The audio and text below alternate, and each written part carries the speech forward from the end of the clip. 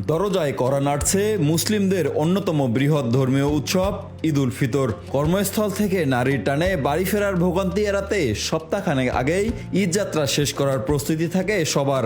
সড়কের জ্যাম, সময় মতো বাস না পাওয়া আর ট্রেনের টিকিট নিয়ে ভোগান্তির যেন শেষ নেই।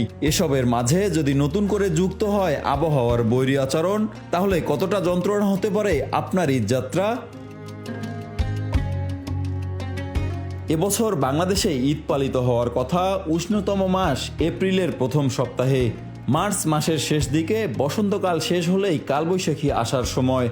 তাই ঈদের আগে ও পরের কয়েকদিন বাংলাদেশে কি বৃষ্টি হবে নাকি অতিরিক্ত গরম পড়বে, এসব নিয়ে যেন ভাবনার শেষ নেই। কারণ ঈদের আগে বাড়ি ফেরা আর ঈদের নামাজ কিংবা ঈদের পরে ঘুরতে যাওয়ার প্ল্যান থাকলে সব হয়ে যেতে পারে পণ্ড।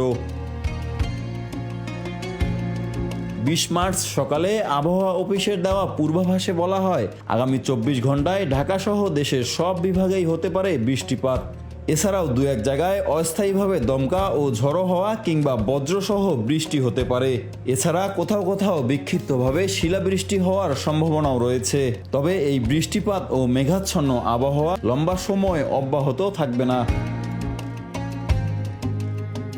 আবহাওয়াবিদ আফরোজা সুলতানা জানান 23 মার্চের পর থেকে গরম পড়বে।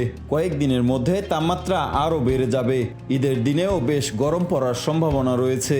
সে সময় তাপমাত্রা 35 থেকে 37 ডিগ্রি সেলসিয়াসের মধ্যে থাকবে আর বৃষ্টি হলে থাকবে গরমের অনুভূতি। তিনি আরও জানান কালবৈশাখীর চরিত্রই এমন, এ সময় বৃষ্টি ও গরম দুটোই হয়। কালবৈশাখীর পূর্বাভাস সম্পর্কে তিনি বলেন, কালবৈশাখী ফর্ম হওয়ার 30 মিনিট আগে আমরা এটা ভালো বলতে পারি। আবহাওয়া অধিদপ্তরের মার্চ মাসের দীর্ঘমেয়াদী পূর্বাভাসে বলা হয়েছে মার্চের শেষ দিকে দেশের পশ্চিম ও দক্ষিণ পশ্চিমাঞ্চলের ওপর দিয়ে 1 থেকে 2টি মৃদু বা মাঝারি ধরনের তাপপ্রবাহ বয়ে যেতে পারে।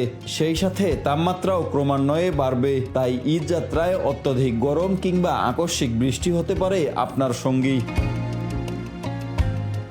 রবিউল হাসান সাকিব, সময়ের আলো।